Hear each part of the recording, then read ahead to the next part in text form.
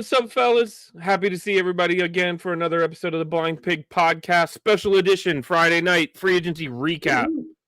I love it. Everybody's like, I don't like their free agency, and I want to be like, it's only been a day and a half. Like, I don't think we had. I don't think we had picked anybody by this point last year. Right. It makes me laugh that people are like, I don't like what they did in free agency. Well, I don't think they're done yet, but real quick before we get rolling, obviously the particulars. Come find us on all social media platforms: Facebook, Instagram, and Twitter, X, Blue Sky, whatever you want to call it. You can also catch us on YouTube if you want to watch, and if you want to just listen, you can catch us on all major audio podcast platforms, and of course at our home base, the mothership, bgobsession.com. Totally free to become a member. Cool little contests all the time, and the board is buzzing right now. Like I haven't seen it going like this in ever with what's going on. So a lot of activity, a lot of discussion. It's pretty cool.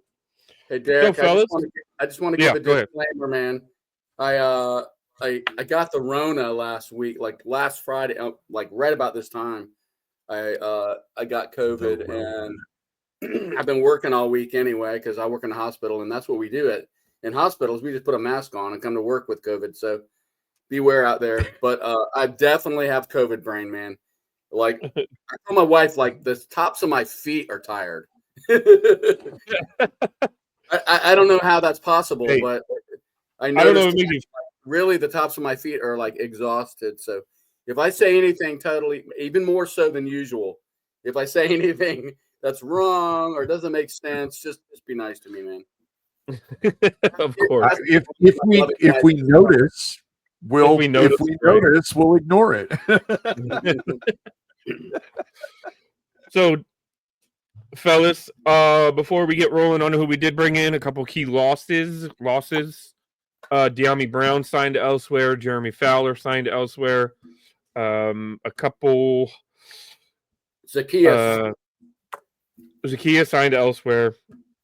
But also, before we get into our additions, I want to ask: did you guys see the DeMarcus Lawrence, Micah Parsons Twitter spat yesterday? Oh yeah, that was freaking-tastic. So, real quick, obviously, if you're listening, I'll recap it. DeMarcus Lawrence was interviewed by his new team, and now it's escaping me where he went, but Denver, okay. And he said, "No, Dallas is always my home, but I know I'm never going to win a Super Bowl there." To which Micah Parsons clapped back and said something along the lines of, "This is sour grapes, and stop acting like a clown." To which DeMarcus Lawrence replied and said, "Maybe I would have stayed if you spent less time on Twitter and more time practicing." Whoa. Any drama in Dallas is good drama. Yes. Let me just say, I'll peacock a little bit and say, thank God it's not us for a change. Because, man. I need to backtrack. It wasn't Denver. It was Seattle. Sorry. Seattle. Okay.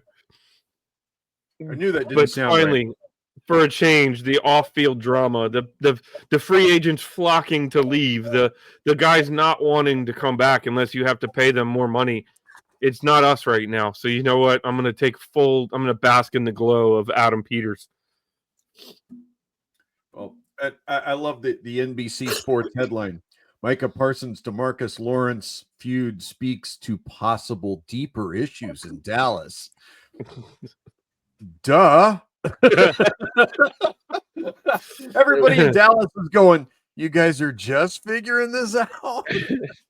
So Derek, I want to jump in on something you kind of implied a little while ago. Of the guys that we did not re-sign, and we don't know, free agency is still open, so you don't know what's going to happen. But of the guys that we have not re-signed that signed somewhere else, are any of those guys that you think are losses, are real losses? Paul, I'm going to hit you up with that one. That's a very good question. I would lean towards no, but if I had to identify one player off the top of my head right now, it would maybe be Zaccheaus. I thought that he gave us a little bit of everything last year. He came on in spurts, came on in some important moments throughout the season, and I thought that he was one of those classic overachievers at times last year. And I feel like sometimes there's always a place for guys like that on a football team, but I think that at the same time, that is also a loss that we can overcome and we can make adjustments for, and find a replacement, so to speak. Yeah, I've said, I'm going to echo that. I love the physical. Olamide didn't always make the play, but he was always balling it, and he was very physical. So I think Keim said this, and not that I always agree with Keim, or Keim always says what I would say, but Keim said he thought they wanted him back for that reason, because he just was so physical, and he was one of those gamers, played above his talent level at times. But I think I don't think they're done with the wide receiver room. I'm going to keep beating that drum until proven otherwise.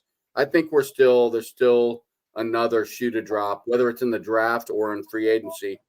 Not going to be Kupp like I hoped, or my little fantasy masturbation. I don't think he's signed elsewhere. Sorry, Bob. But maybe there's another guy out there that's going to surprise us.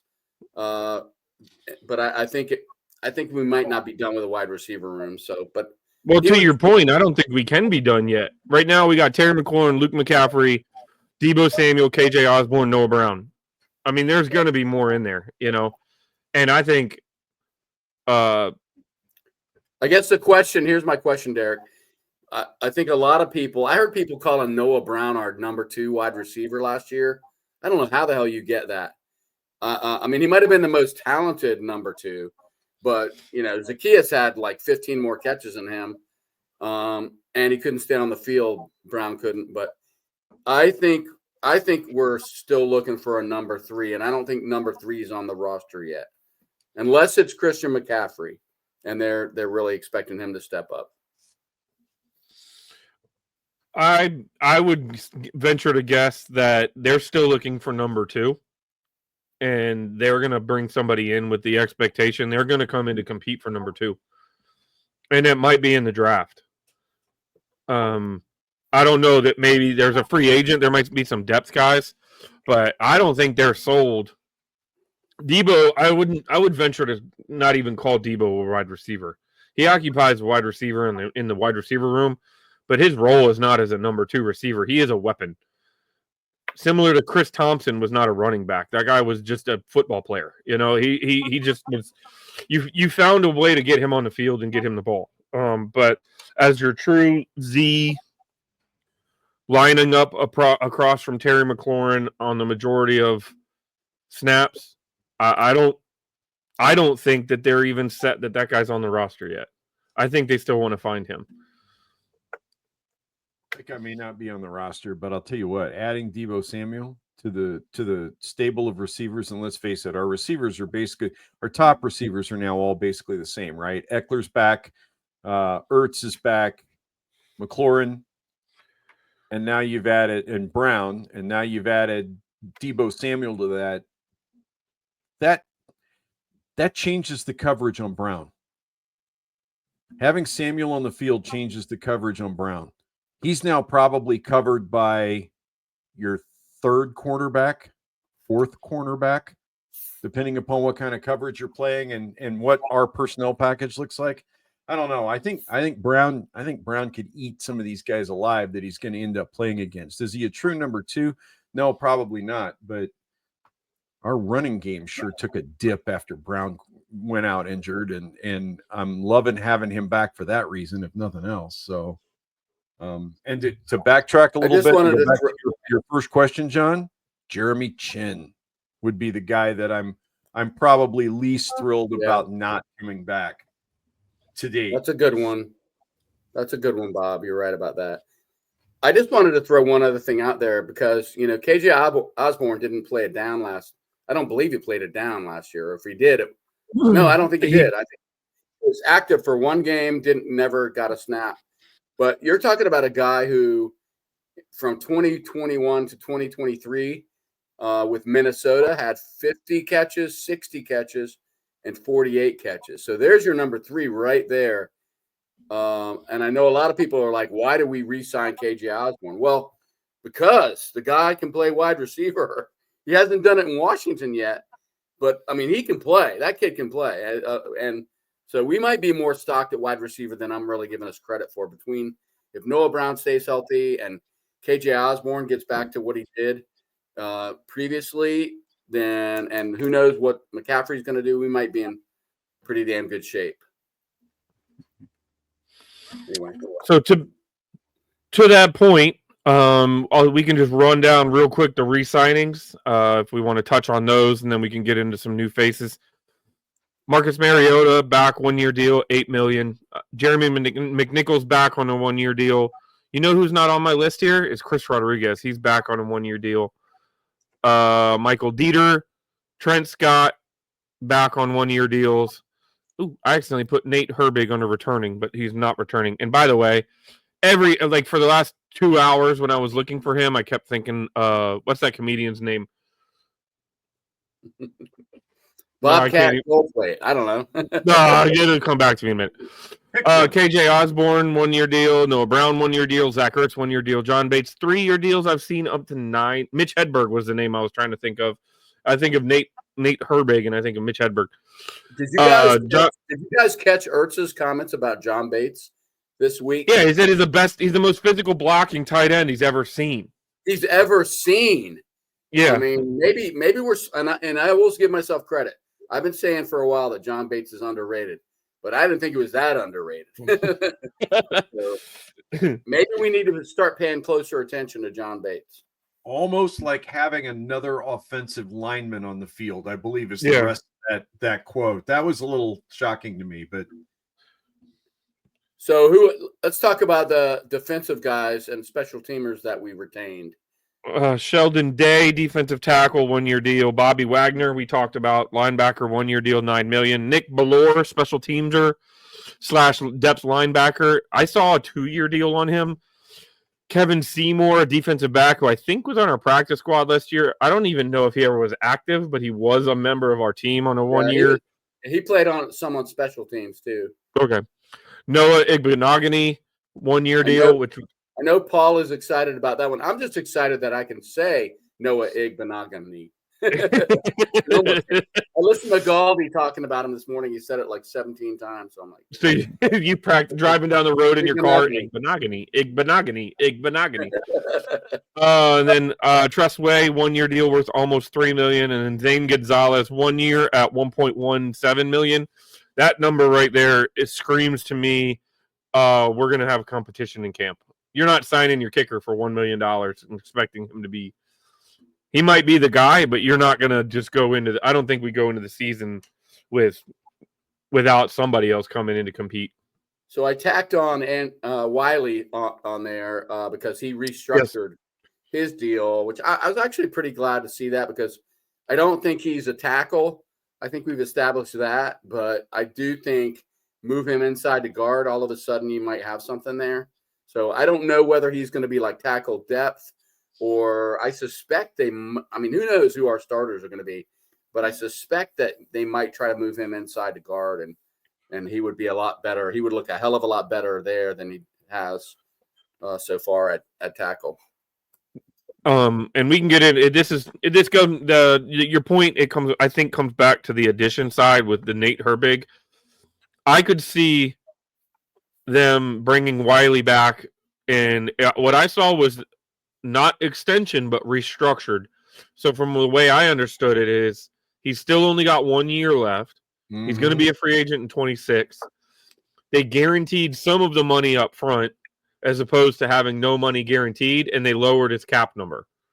That's how I read it. So the details of his restructuring I have not seen yet. I don't know if you guys have seen it yet, but from what I have seen, that's what so I wonder if they kept him to slide him over into right guard until Cosme gets back. That would be my guess.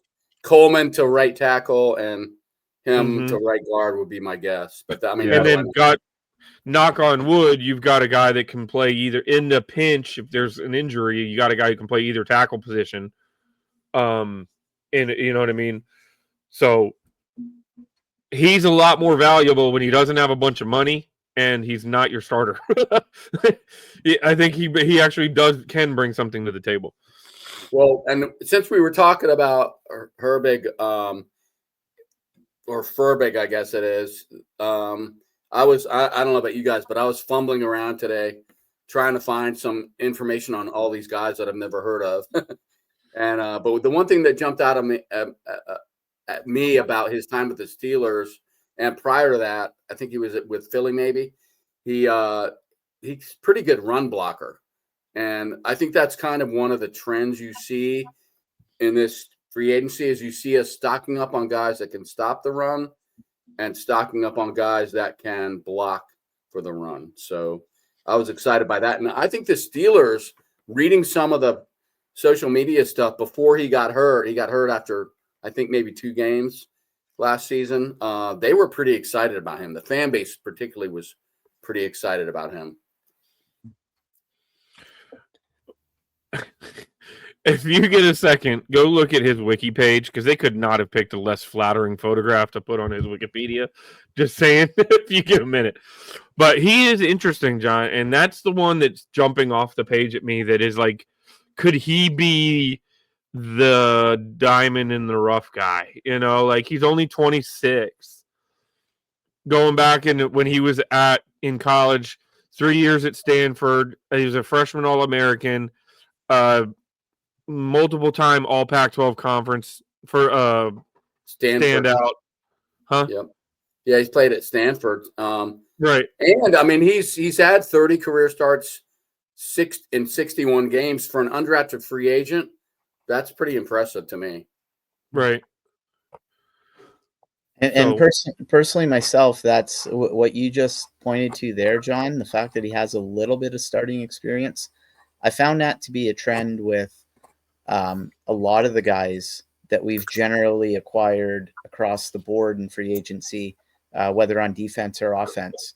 In the majority of cases, these guys are coming in to be depth guys, and even still, as depth guys, they're bringing in a lot of experience. So I think that bodes very well for us as a team and a unit on the whole. So let's look at some of these other guys, man, because we've got like 6 or 7 names that we didn't know. I don't know about you, but they weren't names that were rolling off my tongue like 3 days ago. So you got like Will Harris is one of the big ones.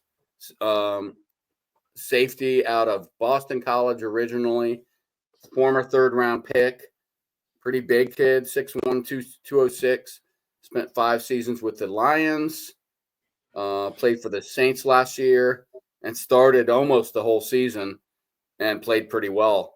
And again, just like you were saying, Paul, 53 starts in 92 games, and he's got a pedigree. His dad was a wide receiver. So I know a lot of people seem to be excited about Will Harris. Maybe getting close to being a little older than we want to add to our secondary, but I think the guy can play. And from what I've seen from the highlight films, he can hit people. I was going to say, from what I understand, he epitomizes the arrive violently part of the Joe Witt Jr. mission statement. And he's not afraid to put his shoulder in there. He's not afraid to put his body on the line. And he's a willing tackler. So to your point, Bob, Chin left and got 6 million a year, right? Am I right? No, I want to say it was $8 million a year, wasn't it? He got a you got a 2-year, $16 million deal in Las Vegas. Yeah. Meanwhile, Harris comes in on a 2-year deal that's worth $6 million. Yeah. So great for the cap, and I totally get that. And the other thing I really like about Harris that you couldn't do with Chin is the versatility. Harris gives you the safety, the small linebacker that Chin played, but the dude can also line up in the slot as a cornerback or line up outside as a Talk about the offense not knowing what your defense is going to look like when you send a guy out there on the field. I mean, we could do a bunch of different things with Harris out there on the field and the defense not have a clue, or the offense not have a clue how we're going to line up. It made me wonder, Bob. It made me wonder if maybe we're making a bunch of assumptions with Sam Bristol is going to be at the slot. Maybe it's not going to. Maybe he's going to stay outside and they'll plug Will Harris into the slot. You just don't know. But it's a nice problem to have when you got a guy that can play 2 or 3 different positions. Well, and Quan played slot in college too. I mean, we originally talked about the concept when he was drafted. We were thinking that he was going to be that whole, that Buffalo nickel thing, which can be slot, can be safety, can be all kinds of different stuff. And so now you've got potentially 3 guys on the roster that could all line up and play in that slot position. And presumably all 3 of them are going to get a tremendous number of snaps. So I think it's going to be fascinating to watch what Witt does. So let's stay on the defensive. Let's kind of run through the defensive guys. The probably the most, just my opinion from what I've heard from the fan base, the most controversial signing so far has been Javon Kinlaw. They signed him basically $15 million a year for 3 years.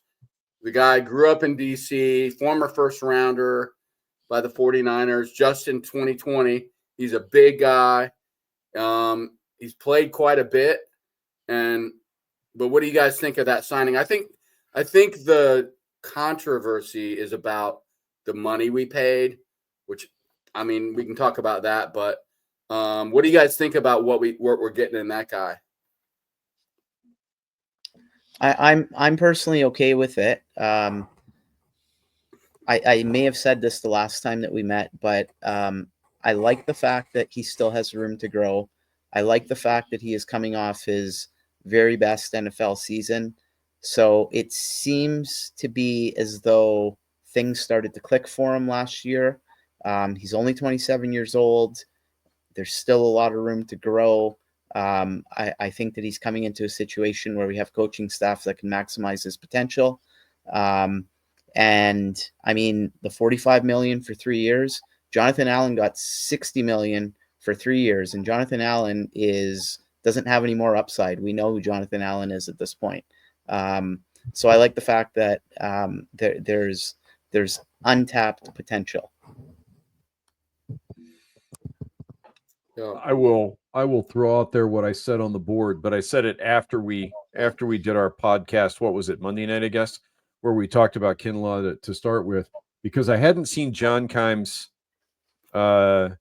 first day podcast. John was talking like this guy could be playing that quote unquote elephant end position that Dan Quinn used heavily in Seattle. That Kinlaw's got the correct build. He's huge. He's like 6'5". He's really tall for a tackle, but stick him out there on the end with those long arms, and maybe he becomes a serious pass rusher, anchoring that end out there, setting the edge, and forcing some guys back inside. Maybe they're not looking at him as a full-time DT, or they're going to play 3 DTs and one of them stuck out there on the end. I don't know, but I'm curious. Now I kind of want to see what we do opening day, but I wasn't thrilled with it. And a lot of the reason I wasn't thrilled with it was the money. But I trust Peters, as Paul's banner says. I will say that if anybody knows this guy, it's Peters. And I think we kind of talked about that a little bit. You sign a guy for $15 million across 3 seasons, you have a plan for him, especially when it's not your MO.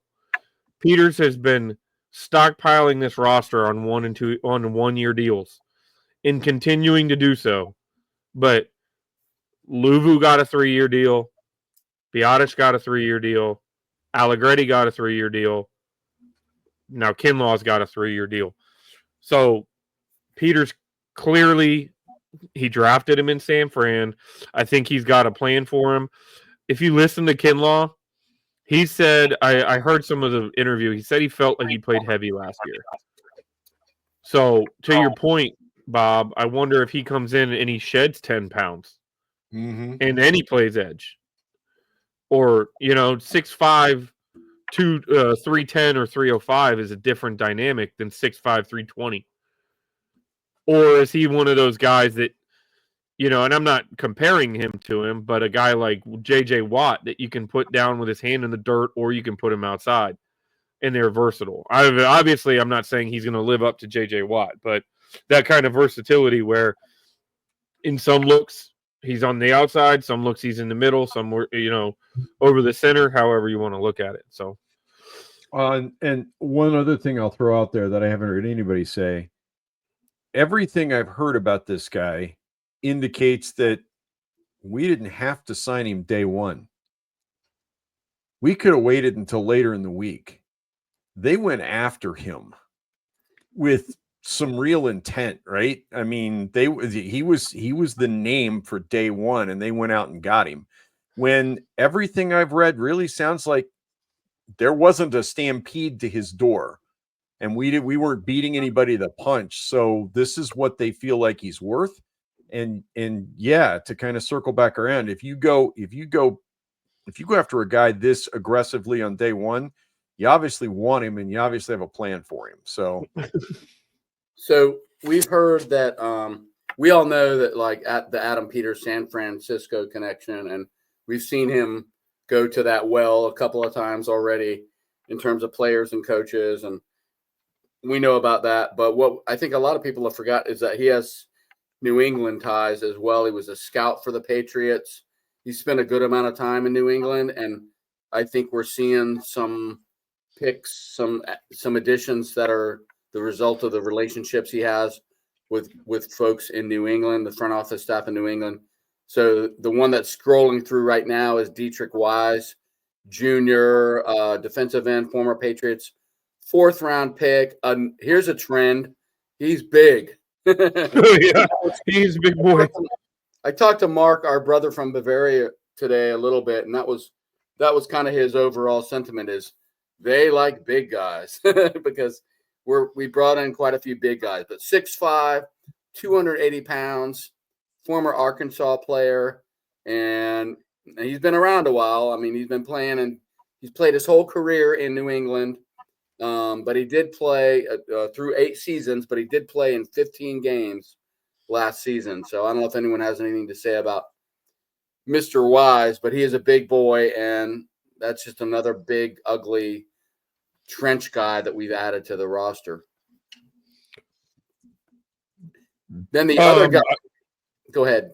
I was going to say, I think Mark is absolutely right. And it is that we have just gone and gotten big. And I think I was listening to somebody on the radio that was talking about both him, and then we can go on to the other Patriot, Jones, here in a second, that both of these guys are just character dudes. They're quality players. They're quality humans. They take, you know, I mean, they're good people. And once again, we come back to that it's abundantly clear that that's the guy that these guys are targeting is good locker room people. So, yeah, to that point, the next guy is Jonathan Jones. Right. Yeah. That's right. So they said goodbye to St. Juice, which we didn't talk about him in terms of our losses. Maybe that tells you something. I don't know. But sorry, Paul, to your fellow Canadian. But you know, they finally moved on from St. Juice, and they brought in Jonathan Jones, a smaller guy that's been around a while, played 9 seasons with the Patriots, but he did play all 17 games last season. 58 tackles, 6 passes defended, 2 forced fumbles. So he's a banger, and he's another guy that can play that's pretty versatile and pretty physical. Maybe not a household name, but he has started 14 games 3 seasons in a row. So that's a pretty solid contributor right there. And I personally really like that addition. I do like the addition of Wise as well, who you just spoke to a few seconds ago, John. The common theme that you're hearing come out in all your descriptions is physicality. And think back to what one of the things that we all said when Adam Peters first came in here. We said that one of his primary jobs was to establish an identity for this football team, because we absolutely did not have an identity. And in not even 2 full off seasons now, we are clearly starting to get a really good sense of who this team is going to be and who this team is becoming. And that is specifically a team that is going to be very physical and a team that is not going to be pushed around anymore. And quite honestly, we can't afford to be pushed around, because we have the Philadelphia Eagles staring at us in our division every season. So I like it. So there's 2 other guys that we signed on the defensive side of the ball, and then we can talk about the offensive side of the ball. We've actually done a lot more on defense than we have on offense. Maybe not as high level, but Jacob Martin, they signed an edge rusher, 6th rounder, drafted by Seattle back in 2018. Big guy, played college ball at Temple, and he played for the Bears, had 3 sacks last season. I don't know a lot about him. And then the other guy is Eddie Goldman. And he's a 6'3", 325, pretty high former pick, but he's been around a while. 2015, he was a 2nd round pick by the Bears. Did not play for 3 years. He's kind of an interesting cat. I don't know if you guys remember when I talked about COVID when we started the pod tonight. But if you remember back then, people were freaking out about COVID. In fact, the NFL basically said, if you don't feel comfortable playing, we'll work it out with you or whatever, back in 2020. So he did not play because of COVID in 2020. And then he pretty much retired and kind of went on to other things for a couple of seasons. Didn't play again until last season, but he played in all 17 of the Falcons games in 2024 and apparently did enough to impress Adam Peters and company. So kind of an interesting cat.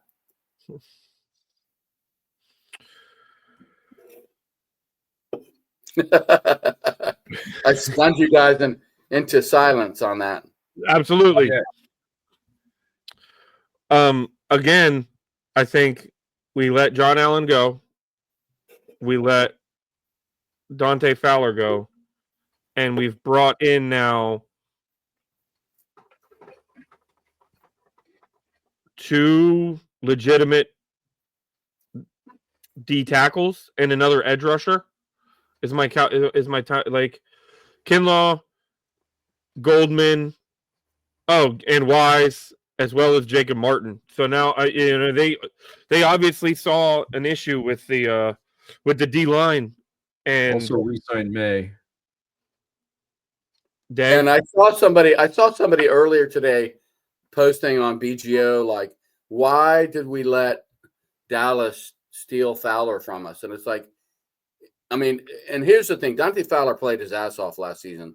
I'm not taking anything away from him, but God help him if they were running up the gut, because the guy could not tackle somebody if you put a gun to his head. And so the reason why let's see, reincarnated Rigo, the answer to your question is Fowler could not play against the run at all. No. He was bad. It was terrible. Yeah, it wasn't necessarily he wasn't as good against the run. He was a liability against the run. Right. So that's why he's not, and I think that's flat out why he's not. I mean, I'm sure they value 10 sacks. I don't care who does it and when they do it or how they do it. They value the sack threat. But if you can't play both sides of the defense, you're probably not going to last long. Chase Young got 3 years, $51 million. Fowler got 1 year, $8 million. Right. Yeah. I saw somebody say, "Good luck to Fowler as he tries to sack Jaden Daniels against Larry Tunsil in the coming season." So good luck with that. You guys didn't mention we let Farrell walk too. Yeah, but he hasn't signed, has he? No, he hasn't signed anywhere. He's still floating around out there. But what I'm saying is, we've had a week, actually more than a week. We've had the whole off season, and so far they're letting Farrell test the water. They did re-sign Sheldon Day, who played 4th tackle at the end of the season for us. So, they're keeping big guys. Dante Fowler was kind of one of those tweener position things, and a liability. I'll tell you what, when he plays for Dallas, I would run at his ass every single time he's in the game. Let John Bates block him. Oh yeah, I would just line up and go after him. And Bob, here's the thing, man. If you look at our free agency so far, it's been all defense. Defense. Yeah, we signed Deebo Samuel. We did. We signed Laramie Tunsil. Yes, we did. Those are two pretty big marquee signings. And then we signed Nate Furbick or whatever, the guard from Stanford. But I mean, if you look at the scale, we've gone heavily defense in terms of free agency so far, and I think that's for a good reason. Well, and technically, Deebo and Tunsil are both trades. They were not free agents. Right. Yeah, you're right. So you got to kind of take them off the free agent list. So that leaves one. That leaves a guard. Other than re-signing Ertz, and have we re-signed anybody else? I don't think we have. We let Lucas go. Yeah, I'll run the scroll. On offense, we've re-signed Mariota, KJ Osborne, Brown, Bates, Ertz, Dieter. Yeah. So it's like 16. It's like 16 of the 28 free agents have come back. And I don't think any of them outside. I think John Bates is the only one that got a multi-year deal. Like a true multi-year deal. So just curious, guys. How do you feel the roster is now versus March 14th, 2024? I don't think they're done yet. I'm not implying that. I'm just saying. I have two concerns. Otherwise, I feel like the roster is better. I want to say that from the get-go. I feel like we're better in the wide receiver room or the weapon room or whatever you want to call Deebo Samuel, Derek. I feel like we're better there than we were last year. I also feel like we're better in the offensive line room, and those are two very important things. We also have Jaden Daniels in the house on March 14th, and we didn't this time last year. So the roster is immeasurably better than it was this time last year. Here are my two concerns. The roster has gotten older than it was last year, and I'm not sure. We were one of the older rosters in the league last year. We're going to be one of the older rosters this year. And my other concern is I don't know where the sacks are coming from.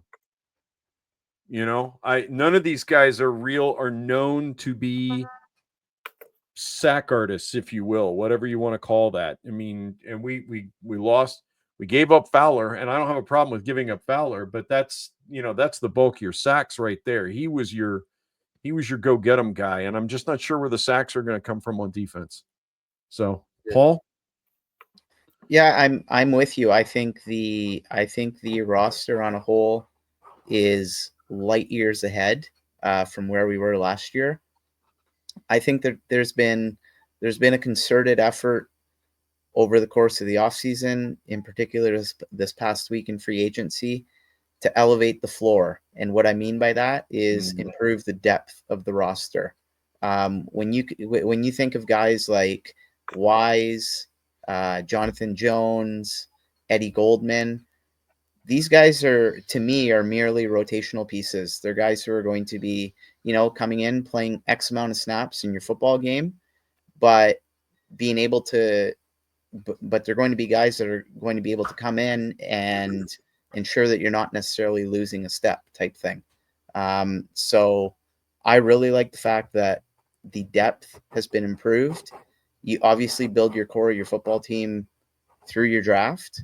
Peters has said that time and time again. And I think that this whole approach to free agency is alluding to that as well. Yeah, I feel like if I had to pick out what position groups we're still needy in, this is just what I jotted down, but running back, cornerback, O-line still, I feel like, and I'm going back to what you've said a number of times, Paul, is it's not just about the starters, but we saw what happened last season when we were on our third center. We just can't have that happen. We have to have better quality depth and then edge. I think I don't know if that was Bob that said that, but we don't have that guy that strikes fear into anyone's soul across the line of scrimmage. But I mean, I think we have to remember we have the draft still to go. And I know I heard a lot of speculation today about, I would not be at all surprised. I think this is a pretty good prediction to make that we take that 28 pick and we trade back, and we trade one of the picks we get for trading back.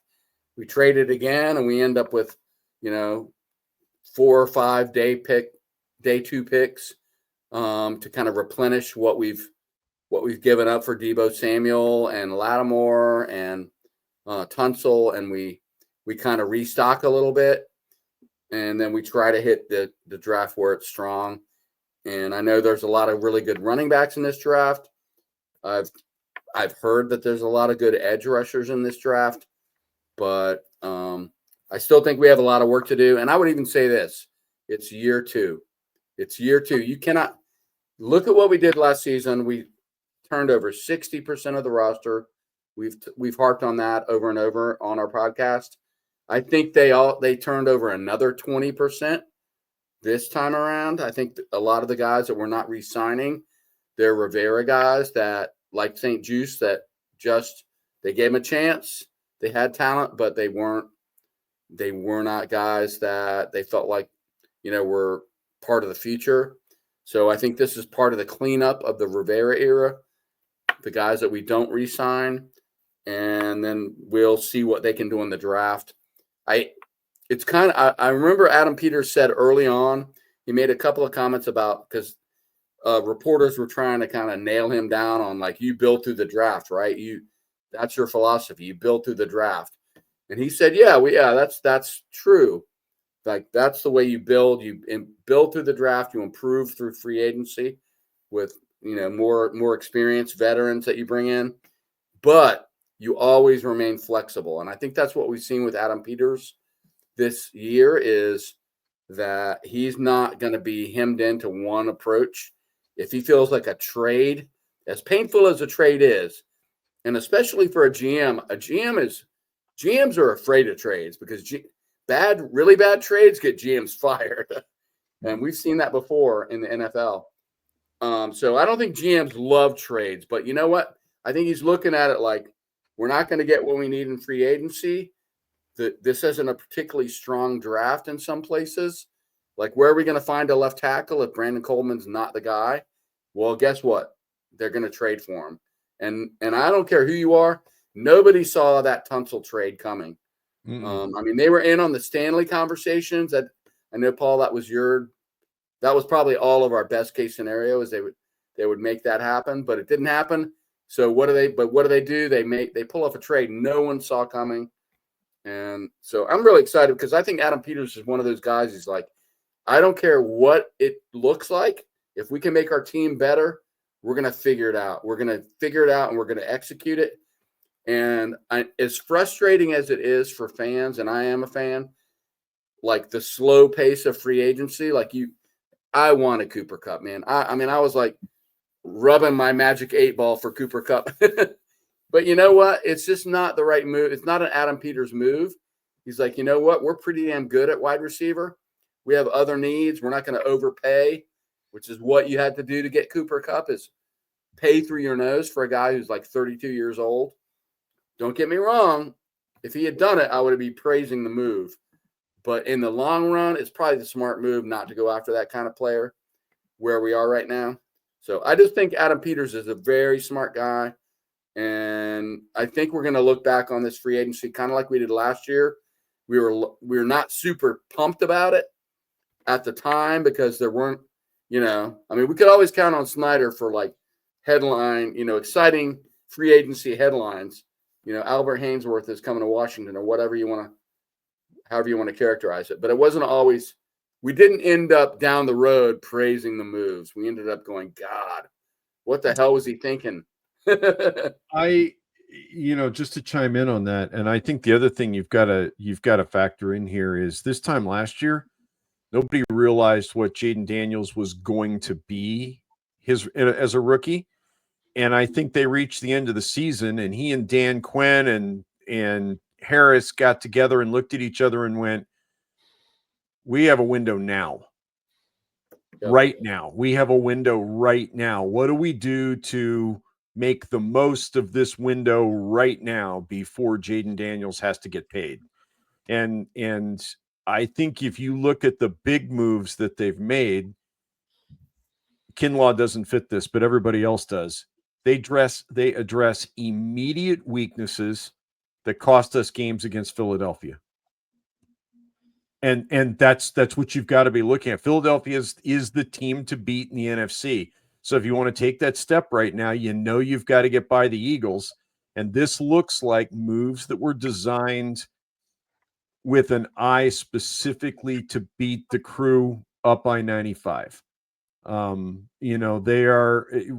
address the left tackle that allows us to put Brandon Coleman someplace else. We use the phrase Monday night of force multiplier. The offensive line is measurably better today than it was when we walked off the field in Philadelphia a month and a half ago. I think you can probably say the same about the run defense right now. Probably better than it was when we walked off the field a month and a half ago.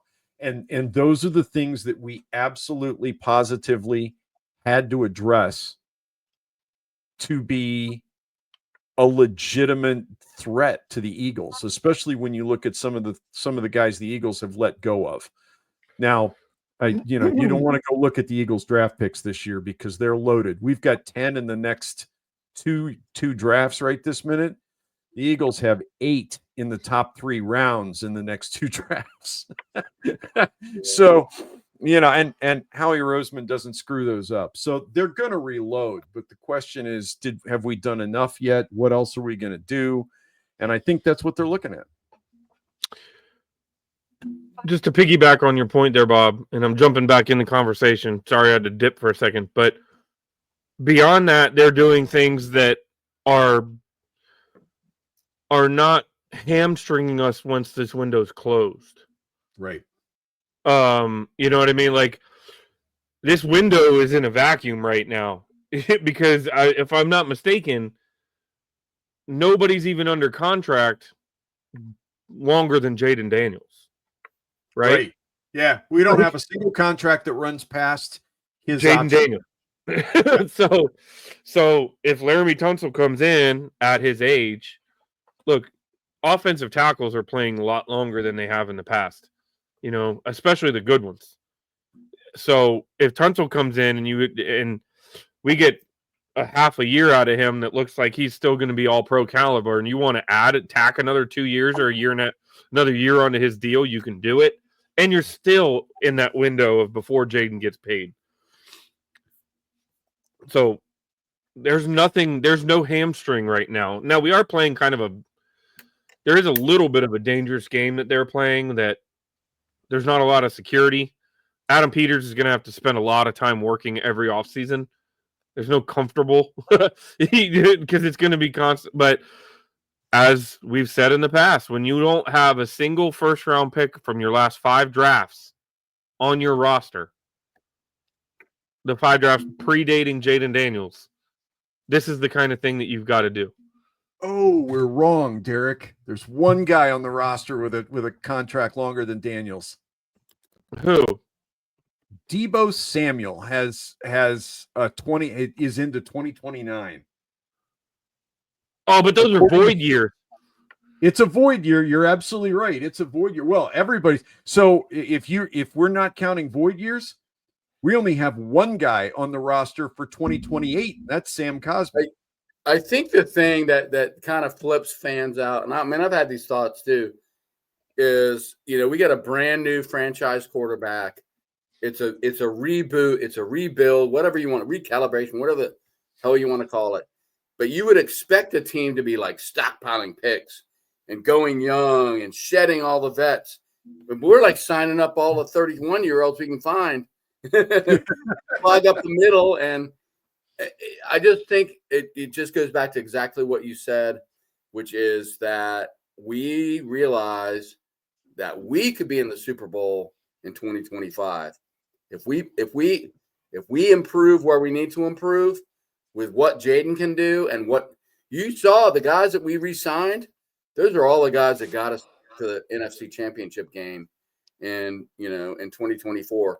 So it is kind of a weird dynamic that we're rebuilding by bringing in 30 and 31-year-olds. But that's what we're doing. And you know what? I mean, I don't know that it's wrong. It's like the only thing that matters is the team you put on the field at the basic level.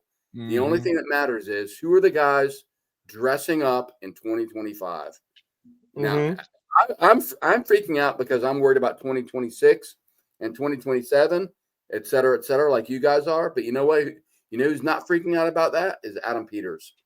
He's like, what's the best team we can put on the field in 2025? And that's what we're going to try to do. Yeah, 2026 is pretty wide open too. We've got all of 27 players signed in 2026 right now. And 2 of those guys are on void years, Samuel and McLaurin. Everybody else is a solid number. But yeah, it's a little freaky. We've got to be like the only team in the league that looks like this, I would think. But if you look at it, 30-year-olds, and we're going for it on 4th down, man. That's our. Well, if I think honestly, like you say that, but if you look at it, this roster was not an NFC Championship roster this past offseason, right? I mean, no, it was. That's what I'm saying. Like 60, I would coming into the last offseason. We didn't know what we were going to get out of Jaden Daniels. Now we have a pretty good idea. He is, knock on wood, a blue chip, absolute franchise quarterback, right? Terry McLaurin was arguably the only blue chip player you had on the roster, which meant 51 guys were borderline interchangeable by arguably anybody who was a top 15 at their position. We were not an elite in any aspect of it.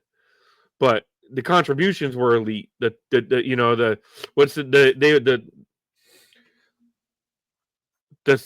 sum is always greater than, or the whole was greater than the sum of its parts.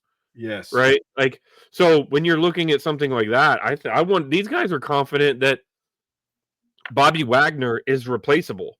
They want him here, but if he decided not to come back, there's another person that they can get similar production out of. Our entire D line is the same way. Everybody not named Terry McLaurin in our wide receiver room is the same way. Our entire running back room is the same way. Our entire offensive line is the same. You know what? Like, so I wonder if these guys are just saying, we'll keep kicking the can down the road because what I've got here ain't worth me worrying about letting them walk. If they want to be here, they'll be here. And I don't know. I'm probably I may regret saying this at some point in time in the near future, but I think what you're seeing is some of Peter's New England roots, because that is absolutely the way Bill Belichick treated that roster around Tom Brady. Some of the parts, anybody's replaceable, anybody's interchangeable. Give me your dross. Give me the crap from the rest of the NFL, and I'll figure out how to make you. And nobody wanted Randy Moss. Everybody wanted the player, nobody wanted the guy. Bill Belichick went, give me the guy. I'll make this work. And he turned him right back into a superstar, right? And, I mean, I got to tell you, there were moments this last season I thought Deebo Samuel was a head case. And we traded for him, and I thought, all right, maybe he's not a head case. I don't know. But everybody feels confident enough in this locker room that we're going to straighten out whoever shows up, and everybody's going to pull together. I mean, we haven't said it tonight, but I think almost every single guy that was here last year on a 1-year deal that has re-signed has said something about, I wanted to be here. I couldn't imagine being anywhere else. This is the best locker room. Did you hear, Bob, I got to interject. Did you hear Marcus Mariota? Yeah. The things that he said, he's like, I mean, he's basically said, short of somebody handing me the starting job, this is the best situation I've ever been in my entire career. This room, this coaching staff, the philosophy, it's real, and this is where I want to be. He basically said there was no chance in hell he wasn't re-signing in Washington unless he got the chance to start. Yeah. So, and I mean, you've heard variations of that from Bobby Wagner and Zach Ertz and Jeremy McNichol, and I'm not even sure we really understand it yet as fans, exactly what we're looking at. I know the rest of the NFL isn't understanding it because everybody looks at the roster and goes, this is not a contending roster. And yet I don't have any doubt that we're going to scare some people next year yet again. I also think it speaks. I just want to wrap that up with a bow. None of us probably wanted Dan Quinn to be the head coach. Thank God that Adam Peters doesn't care what fans smarter than us. Because Dan Quinn, everything we just spent the last 10 minutes talking about, it's all Dan. I'm not saying Adam Peters doesn't have a lot to do with it, but it's all Dan Quinn. That all of that, like synergy, culture. I hate that fucking word, but culture. That is real, and it's all about Dan Quinn and the guys that he brought in and what he says and what he means and how he treats people. Sorry, Fowler, other than you. It's real, and I just don't think we should lose sight of that because I didn't want Dan. I mean, I had nothing against Dan Quinn, but he seemed like a level B head coaching hire to me. And I could not have been more wrong. That guy was like the absolute perfect hire at the perfect time in the perfect place. And thank God that Adam Peters doesn't care what fans think. I see, and I think we're gonna get a firsthand look this year at exactly how good Quinn is, because the guys that Quinn beat out for this job or excused themselves so Dan had room to get this job, now all have head coaching jobs in this league. And we're going to find out what kind of guys they are this year. And my guess is they aren't going to be able to carry Dan's water. No, I think you're right about that. So let's wrap up. We are 3 days into free agency. It feels like this is the free agency wrap-up pod. But we're 3 days into it, technically. It's 3 days into free agency. We've made a lot of signings. I guess my closing question to you guys is, where do you want to see them add talent the rest of free agency before we get to the draft? What position groups are you hoping that they aren't done with yet? Wide receiver. What I'm going to say wide receiver.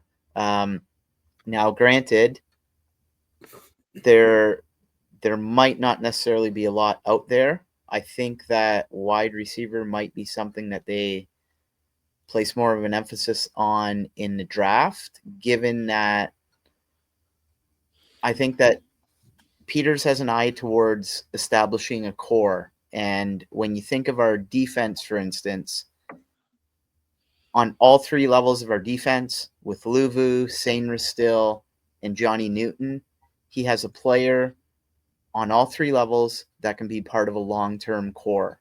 I don't know if we necessarily have that at wide receiver, given the age of Terry McLaurin and Deebo Samuel right now. So I definitely think we need to add there. I don't know if we can find a younger player that can be part of our long-term plan here, but what about Elijah Moore, man? I mean, Elijah Moore's still out there, I think. Yeah, and what's his age, John? Huh? Do you remember what his age was? Is he relatively younger? 24. Yeah. I mean, he's young. He's a stud. So something like that. Like I want to see like a younger body brought in, someone that we can develop, and someone that can potentially be here for the long haul. All right, I love it. What about you, Bob? Man, at this point in time, I love what we've done. I've got to say probably edge. If I have to pick a position, I still don't see that guy on the defensive line that opposing quarterbacks come to the line of scrimmage and have to account for, like Dallas has Micah Parsons, like New York has Thibodeau, and Philadelphia has the young kid from Georgia that plays tackle. I can't remember his name off the top of my head. Jalen Carter. Jalen Carter, yeah. I mean, you have to go look for those guys when you come to the line of scrimmage. And right now, there's nobody. Maybe Frankie Louvu. I don't know, but even then, I'm not sure that you have to go find Louvu. There is nobody on the defensive line for sure that you have to figure out where they are. I would like to see them add that. I don't think we're gonna get it in free agency, though. I think it's something we're gonna have to do in the draft, unless we trade for Hendrickson. But I got to tell you, looking at our draft picks at the moment for this year and next year, I'm hard pressed to believe that Adam Peters is going to send much to Cincinnati for Hendrickson right now. I agree with that. I don't think that happens, which means what we've got, maybe what we've got as far as, significant contributors right now, when we just signed depth and camp fodder. I don't know. How about you, Derek? What do you think we might still be looking for? Well, real quick, let me respond a little bit to Bob's. I think we don't know what we have yet in a guy like Javonte Jean-Baptiste. Am I saying a 7th rounder is going to be, a tone setter? No, not necessarily. But to that point, there's a lot of bodies in that D-line room now. So there's going to be a lot of competition. As far as I kind of have to piggyback on Paul. But looking at the landscape of the current free agents, I would love just a weapon. I don't care if it's a running back or a wide receiver. We're basically running it back with the same running back room as we had last year. And I hope we address that in the idea that we get somebody who, anytime they touch the ball, can house call it. And I don't know that we have that right now. Maybe that's why they got Debo, and he fits that mold on both sides. But as far as I'm concerned, just like you can never have enough pass rushers, you can never have enough weapons on offense. So I would kind of agree with both of you. If we came away with a clear upgrade at edge or number 2 wide receiver, I would be very happy with that. I think those are where we need to focus. I think the rest of it has kind of been touched enough that we can feel confident going into the draft that we can pick best player available at any position that's available. What about you, Joe? I feel like I said earlier that running back, cornerback, O-line, and edge are my 4 areas where I think we still need help. I think running back, cornerback, and edge, I don't think we're going to get that help at this point in free agency. I feel like those are draft picks possibly. Mm-hmm. But I do think there are O-linemen out there that could help us big time. And I'm not going to rattle them off because I'll rattle off somebody that just got signed somewhere. But, Becton's still out there. There's, I think, Cam Howard. There's a lot of O-linemen that tend to fly under the radar that are out there that we could still snatch up, in week 2 of free agency, because they're just not as highly coveted as some of the other positions. And like I said earlier, we don't want to be in a position where we lose 1 or 2 O-linemen and our season tanks because we got Michael Dieter out there. No offense to Mr. Dieter, but I don't want Michael Dieter out there starting ever. I mean, that's in a general sense. Or Trent Scott for that matter, even though that happened last season. Hey, but he is a really good receiver. That's true. Only catches touchdowns, man. That's we don't need him. Only catches touchdowns. I keep forgetting that. The first catch of Jaden Daniels' pro career. No, his first touchdown pass. His first touchdown pass was to Trent Scott. All right. There you go. So anyway, I think it's ironic that we're doing the summary pod of free agency and we're 3 days into it. And It's a end of the week recap. It's not a sum. It's not a. I know. I'm just saying. I think a lot of fans are like, we're done. That's pretty much it. But I don't think that'll be proved to be true. Mm-hmm. Well, fellas, I think that ties a good bow on it. We'll probably loop back around. Maybe. Well, we're coming into draft season now. It's barreling towards us. As the we're a month and a half away. What are we? 5 weeks away from the draft, I think. Somewhere around there, maybe 6, but still, we'll be putting up some. We have the mock draft competition going up on bgobsession.com. We'll probably run a couple, or we will run a couple drafts pods surrounding specifically offense and defense, and then we like to do an annual BGO mock draft podcast where we actually run through a simulator and make the picks. But we do like to let the picks kind of filter out so we actually know where we're picking. So if you have made it this far, we say thank you. Hook us up with a like, a share, and a follow. It's always appreciated. You can catch us on YouTube, Twitter, Instagram, Blue Sky, Facebook, on all major social media platforms, as well as on all major audio podcast platforms. And with that, gentlemen, we'll say it again. As always, that'll do, pigs. That'll do.